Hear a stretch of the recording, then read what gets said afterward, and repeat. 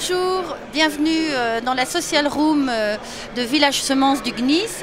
À mes côtés, Thomas Knapeling de la société Barenbrugge. Thomas, vous pouvez rapidement vous présenter? Oui, directeur avant votre portrait chinois. Avant mon portrait chinois. Directeur commercial chez Barenbrugge et aussi président de ProGazon pour les labels rouges, entre autres. Très bien. Nous allons parler du zéro phyto. Quand on dit le zéro phyto, c'est trop cher, que vous aspire cette insertion? Alors, je ferais bien le normand pour le coup.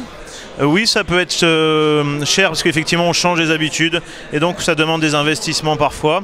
Mais non, c'est pas cher parce qu'effectivement le zéro phyto, au final, on fait une économie sur la matière et sur l'application.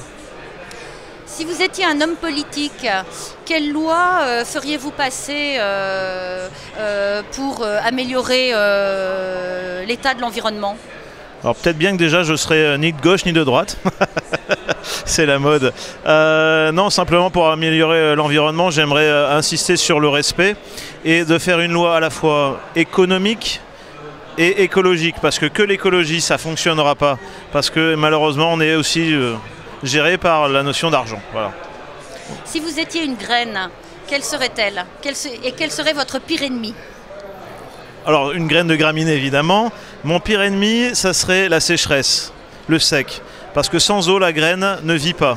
Un peu comme nous, l'être humain, sans eau, on ne vivrait pas. Donc mon ennemi, ça serait certainement l'eau. C'est pour ça qu'on travaille d'ailleurs sur des différentes espèces qui puissent résister même à l'eau avec de la salinité, par exemple. Ou on développe des mélanges terre-insectes, tout simplement. Le jardin idéal, ce serait ? Un jardin où tout le monde pourrait s'y retrouver et avoir son petit coin de paradis.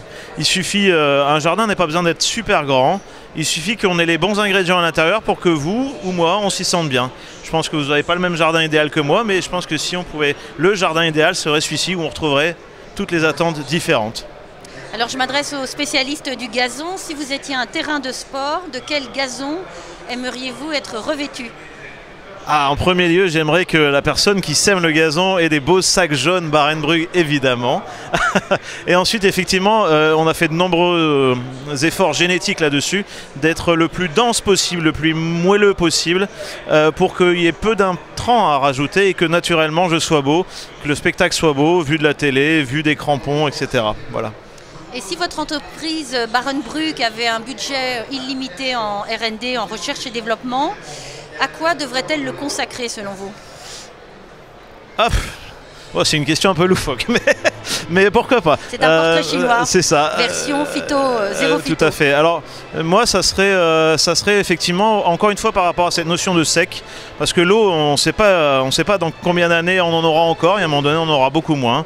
Et donc, de trouver des gazons qui puissent changer de couleur en fonction de la quantité d'eau qu'on pourrait leur apporter. Par exemple, bleuter lorsqu'ils commencent à avoir soif, entre guillemets, comme nous on flétrit un petit peu, voilà, on se déshydrate, et voilà, et avoir différentes notions de couleur pour dire voilà, il faut apporter telle quantité d'eau.